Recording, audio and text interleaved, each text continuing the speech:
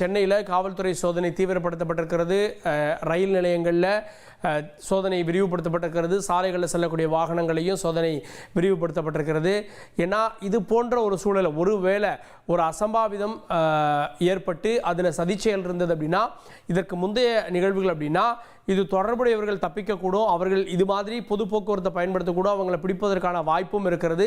இல்லை சதி செயலில் ஈடுபட திட்டமிட்டிருந்தவர்களை பிடிப்பதற்கான வாய்ப்பும் இருக்கிறது. அப்படின்றதால காவல்துறையினர் பாருங்க, அங்கே நிற்கக்கூடிய ஒரு வண்டி, அது வந்து பைக் வந்து பார்சலுக்காக வைக்கப்பட்டிருக்கிறது. அது போன்ற பொருட்களையும் கூட சோதனையை மேற்கொள்வதை நம்ம பார்க்க முடிகிறது. ஒரு நிகழ்வு, அந்த நிகழ்வினுடைய தொடர்ச்சியாக பல இடங்களில் சோதனைகள் அப்படின்றது நடக்கிறது. இந்த முக்கியமான இடங்கள் அப்படின்னா, ஏன் நம்முடைய பார்லிமெண்ட்டுக்கு வெளியிலேயே தீவிரவாத தாக்குதல் நிகழ்ந்திருக்கிறது. நம்முடைய வீரர்கள் உயிரை கொடுத்து அந்த தீவிரவாதிகள் உள்ளே செல்ல முடியாமல் தடுத்து தங்களுடைய உயிரை கொடுத்து நம்முடைய எம்பிக்களை, பிரதமர் உள்ளிட்டவர்கள் எல்லாம் காப்பாற்றினாங்க அப்படின்ற வரலாறுகள் இருக்கிறது. ரயில் நிலையங்களில் மும்பை ரயில் நிலைய விபத்துக்கு, வெடிகுண்டு விபத்தெல்லாம் வந்து பெரிய அளவிலான பேசுபொருளானது. அதனுடைய அடுத்த நிகழ்வு அப்படின்றது பாம்பேயில் 2008 ஏற்பட்ட மிகப்பெரிய அளவிலான தாக்குதல், மும்பை தாக்குதல்.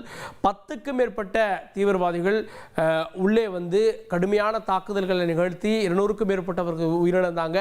இது மாதிரியான தாக்குதல் சம்பவங்களை நம்முடைய நாடு சந்தித்திருக்கிறது. பதில் தாக்குதல்கள் பல முறை நிகழ்த்தப்பட்டிருக்கிறது. அதனால இது போன்ற ஒரு நிகழ்வு நடந்திருப்பதன் மூலமாக ஒட்டுமொத்த தேசமும் விழித்து கொண்டு பொது இடங்களில் எந்த அசம்பாவிதமும் நடந்துவிடக்கூடாது அப்படின்றதுக்காக சோதனைகளை தீவிரப்படுத்தியிருக்காங்க.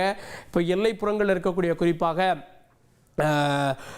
பாகிஸ்தான் எல்லைப்புறங்களில் இருக்கக்கூடிய அந்த மாநிலங்கள் உஷார்படுத்தப்பட்டிருக்கும்.